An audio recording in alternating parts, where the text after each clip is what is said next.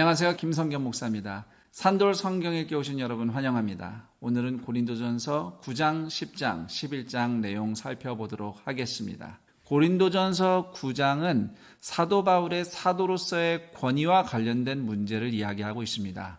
고린도 교회에서 사도 바울은 사실 자비량 사역을 했어요. 우선 성경적인 원리로는 교회가 말씀 사역자를 물질로 부양하는 것이 마땅합니다.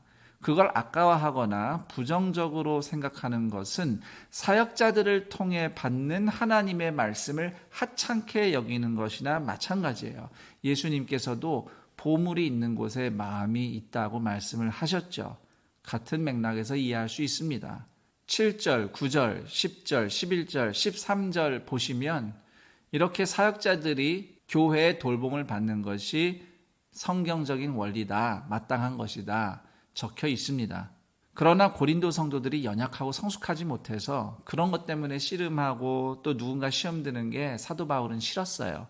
그래서 자비량으로 복음을 전하며 섬긴 겁니다. 그런데 고린도 성도들이 이제 와서는 바울이 사례를 받고 사역할 수준이 되지 않아서 그래서 자비량으로 사역했다 하면서 사도 바울의 사도로서의 권위를 폄하했습니다. 그래서 바울은 원래 성경적인 원리를 소개한 후 자신이 그럼에도 고린도 성도들을 생각해서 어떻게 희생했는지 이야기를 해줍니다. 바울의 사도적인 권위는 어떻게 많은 사람들이 칭송해주고 인정하고 대우해 주었느냐 그것으로 나타나는 것이 아니라 예수님처럼 사랑으로 희생하며 섬기는 복음적인 삶에 있다는 것이지요. 이 내용을 좀 정리를 하자면 이렇습니다. 말씀을 전하는 사역자 본인은 겸손히 섬겨요. 그렇지만 교회 공동체는 감사를 표현하는 것이 마땅합니다. 그래서 사도 바울이 갈라디아서 6장 6절에서 또한 이렇게 권하고 있습니다. 가르침을 받는 자는 말씀을 가르치는 자와 모든 좋은 것을 함께 하라. 그리고 10장에서는 우상숭배에 바쳐진 음식 문제를 8장에 이어서 계속 다루고 있습니다. 그 당시 고린도 시장에서는 우상숭배 때 제사상에 올라왔던 고기가 유통되곤 했습니다. 이미 8장에서 바울이 이야기한 것처럼 우상은 아무것도 아니고 해서 우상에게 바쳐진 고기는 그저 고기일 뿐입니다. 그것이 무슨 영적인 힘을 발휘하는 것은 아니에요. 그럼에도 우상 숭배 자리에 가서 음식을 같이 먹으면 그것은 결국 우상 숭배에 동참하는 꼴이다. 이런 취지로 20절, 21절에서 바울이 잘 설명을 하고 있습니다. 그래서 바울이 제시하는 해법은 양심이에요. 모르고 먹는 것까지는 문제 삼을 게 없는 겁니다. 왜냐하면 음식 자체는 아무런 힘이 없기 때문입니다. 그러나 알고 먹으면 그것은 양심에 걸리기 때문에 문제가 되는 것이지요. 그래서 시장에서 사는 음식 또는 이방인 이웃이 대접하는 음식은 출처를 묻지 말고 그냥 감사하게 먹으면 되는 겁니다. 대신 시장에서 내가 고기를 사는데 그 고깃집 사장님이 이거 아프로디테 여신 앞에 바쳐졌던 고기야 뭐 이렇게 얘기를 한다든지 또는 대접을 한 이웃이 이것은 자신이 섬기는 신에게 한번 바쳤던 제물이라고 먼저 말을 한다면 대접한 사람이나 그 사람의 양심 또 나의 양심을 위해서 먹지 말라고 바울은 권합니다. 그래서 31절 그런즉 너희가 먹든지 마시든지 무엇을 하든지 다 하나님의 영광을 위하여 하라. 그리고 33절 나와 같이 모든 일에 모든 사람을 기쁘게 하여 자신의 유익을 구하지 아니하고 많은 사람의 유익을 구하여 그들로 구원을 받게 하라. 핵심은 사랑입니다. 사랑으로 행하라. 이제 11장으로 넘어가 보면 고린도 교회 예배 모임 중에 일어난 어려움들에 대해서 다루기 시작합니다. 11장 1절에서 16절 사이에서는 무질서한 품행에 대해서 바울이 지적을 합니다.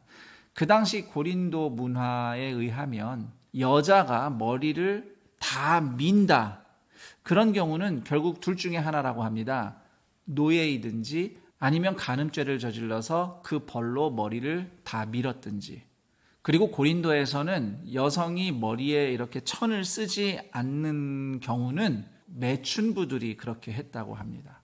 그러니까 성도들이 모였는데 경건한 주님의 자녀들이 음란한 사람들의 외모를 따라할 이유가 없다고 바울은 권면을 하고 있는 겁니다. 그리고 교회 공동체 안에서 남성과 여성의 건강한 관계에 대해서 또 언급하죠. 8절, 9절, 10절은 창조의 질서에 입각한 원리를 설명한 겁니다. 그리고 머리에 여성들이 뭔가 이렇게 천으로 쓰는 이런 행동들, 유대인들도 했던 행동들이죠. 자, 이것이 보편적인 이제 창조의 질서인데 절대로 그렇다고 해서 남자가 여자보다 우월하다, 지금 그걸 얘기하는 게 아닙니다. 바로 그 다음에 11절, 12절 보시면 정말 하나님이 원하시는 게 무엇인지 바울이 잘 설명하고 있어요. 그러나 주 안에는 남자 없이 여자만 있지 않고 여자 없이 남자만 있지 아니하니라. 이는 여자가 남자에게서 난 것 같이 남자도 여자로 말미암아 났음이라. 그리고 모든 것은 하나님에게서 났느니라. 근본적으로 하나님에게서 난 남자와 여자는 둘 다 존귀한 존재라는 것이 바울의 가르침이에요. 그리고 17절 이하에는 고린도 교회 식사교제에서 일어난 차별에 대해서 이야기를 하고 있습니다. 그 당시 교회 공동체는 함께 모여 식사를 하고 또 주님이 보여주신 성찬을 같이 시행했습니다. 그런데 뭐가 문제였냐면 21절에 보시면 성도가 이렇게 같이 모였으면 음식 교제를 할 때 모두가 고루고루 풍성하게 나누어 먹는 게 맞죠. 그런데 누군가는 배불리 먹고 누군가는 조금밖에 못 먹고 또 그 와중에 누군가는 술 취하고 이런 상황이 벌어졌다는 것입니다. 로마 사람들도 자기네 신에게 제사를 지내는 종교 행사를 집에서 열게 되면 상석이 존재합니다. 그러니까 누군가는 특별해서 특별한 자리에 앉고 더 좋은 음식을 먹어요. 반면에 가난하고 좀 신분이 낮은 사람들은 모여도 저 끝에 앉고요. 음식도 차별해서 줍니다. 이게 보통 이교도들이 집에서 하는 종교 행사의 모습이었어요. 자, 그러면 이 모습이 지금 고린도 교회에서도 연출되고 있는 거죠. 21절 말씀처럼 누군가는 배불리 먹는다. 그러면 벌써 상석이 존재한다는 겁니다. 반면 누군가는 저 끝에 앉아서 제대로 먹지도 못하는 상황이라는 거죠. 이것이 딱 로마인들이 이교도 종교 모임을 할 때 보여주는 행태예요. 그래서 고린도 교회에서 만찬을 먹는데 차별이 일어나고 누군가 취했다는 것은 우상 숭배자들과 똑같이 돼버렸다는 뜻입니다. 29절 말씀, 주의 몸을 분별하지 못하고 먹고 마시는 자는 자기의 죄를 먹고 마시는 것이니라. 사랑 없이 그냥 모여서 먹고 마시는 겁니다. 그것이 죄를 먹고 마시는 모임인 거죠. 그리고 33절, 그런즉 내 형제들아 먹으러 모일 때 서로 기다리라. 기다리는 겁니다. 상석 없습니다. 함께 먹습니다. 이것이 예수님의 사랑이죠. 이 사랑이 넘치는 자리가 교회가 함께 모이는 예배의 자리인 것입니다.